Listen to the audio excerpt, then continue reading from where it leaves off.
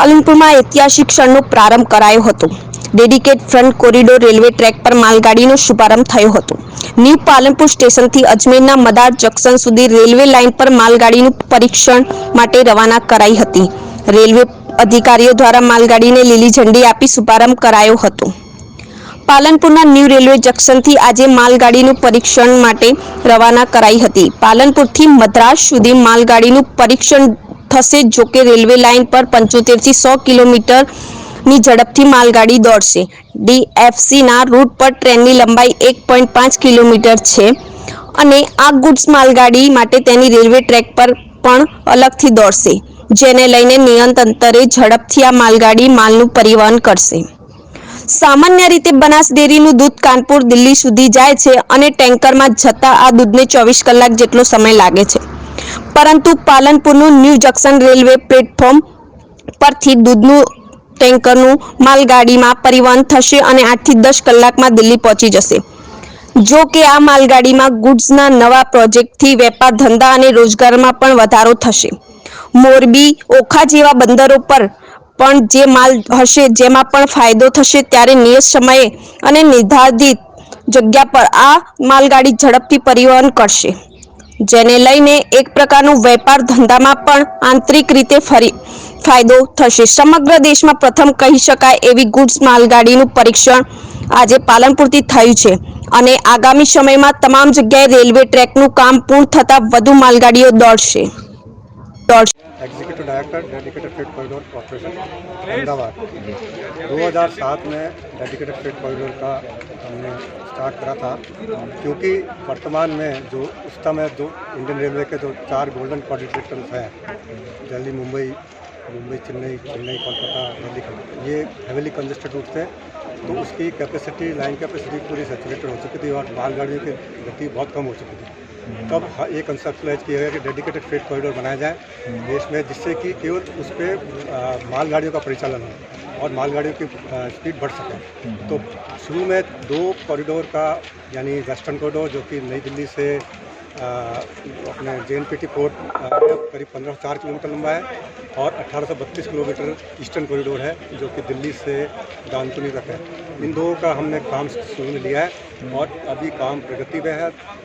आपने आज 306 किलोमीटर का हम पिछले साल खोल चुके हैं। जनवरी में माननीय प्रधानमंत्री जी ने वो देश को समर्पित कर दिया। इस पर कमर्शियल ट्रेन ऑपरेशन रेवाड़ी से लेके मदार तक उसका कमर्शियल ऑपरेशन स्टार्ट हो चुका है, जो कि माननीय प्रधानमंत्री जी ने जनवरी में देश को समर्पित करा। आज हमने 335 किलोमीटर और टोटल 641 किलोमीटर वेस्टर्न DFC में काम आज चालू हो गया है, और 253 किलोमीटर खुर्जा से लेके भावपुर, ये ईस्टर्न कॉरिडोर में हमने स्टार्ट कर दिया है। वहाँ पे भी कमर्शियल ऑपरेशन चल रहा है। आज का मिला के 641 वेस्टर्न कॉरिडोर में हो गया। आज के इसका महत्व ये है कि आज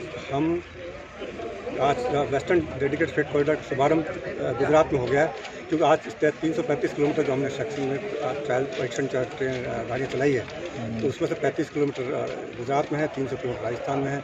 इससे जो न्यू पालनपुर से जो 3 हमारे पोर्ट हैं बड़े, कांडला और मुंद्रा और पिपाव, वो डेडिकेटेड फ्रेट कॉरिडोर के थ्रू नॉर्दर्न हिंटरलैंड यानी कि दादरी और ये कठुआ कंटेनर डिपो से जुड़ जाएगा। और हम यहाँ पे न्यू पालनपुर जंक्शन में ही एक रोरो की, यानी रोल ऑन रोल ऑफ, जिसमें कि सीधे ट्रक, लोडेड ट्रक गाड़ी में वैगन पर लोड करके और उसको हम वो फैसिलिटी स्टार्ट कर रहे हैं।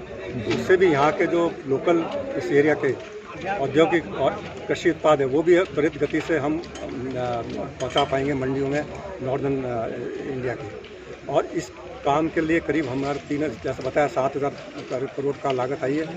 और ये हमने काम तो 2007 में हम मतलब सर्वर स्टार्ट करा था, और 2013 से कंस्ट्रक्शन काम स्टार्ट हो गया था।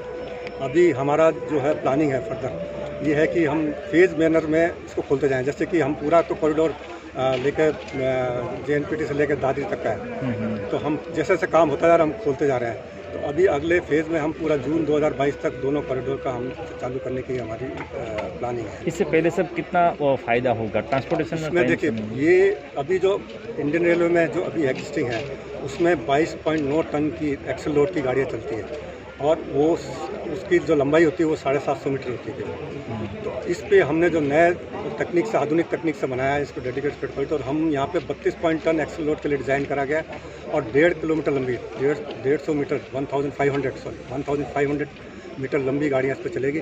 तो इसमें त्वरित गति से भी और हाई कैपेसिटी की, यानी मतलब वॉल्यूम भी ज़्यादा जाएगा और इससे वैगन का टर्न अराउंड भी बढ़ेगा और स्पीड तो बढ़ेगी, क्योंकि इस पर केवल मालगाड़ी चलेगी। अब इंडियन रेलवे में क्या है कि मिक्स गाड़ियाँ चलती है, पैसेंजर ट्रेन भी चलती है और मालगाड़ी भी चलती है।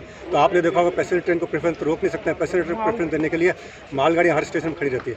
और यहाँ पे हमारे MD साहब ने जैसे बताया, एक के पीछे एक और गाड़ी चलती रहेगी और अप डाउन डायरेक्ट दोनों में है, डबल लाइन है, तो ये क्रॉसिंग के लिए भी किसी को रुकना नहीं पड़ेगा। तो एक सीमलेस फ्लो रहेगा गाड़ियों का। तो इससे लॉजिस्टिक कॉस्ट भी कम होगी।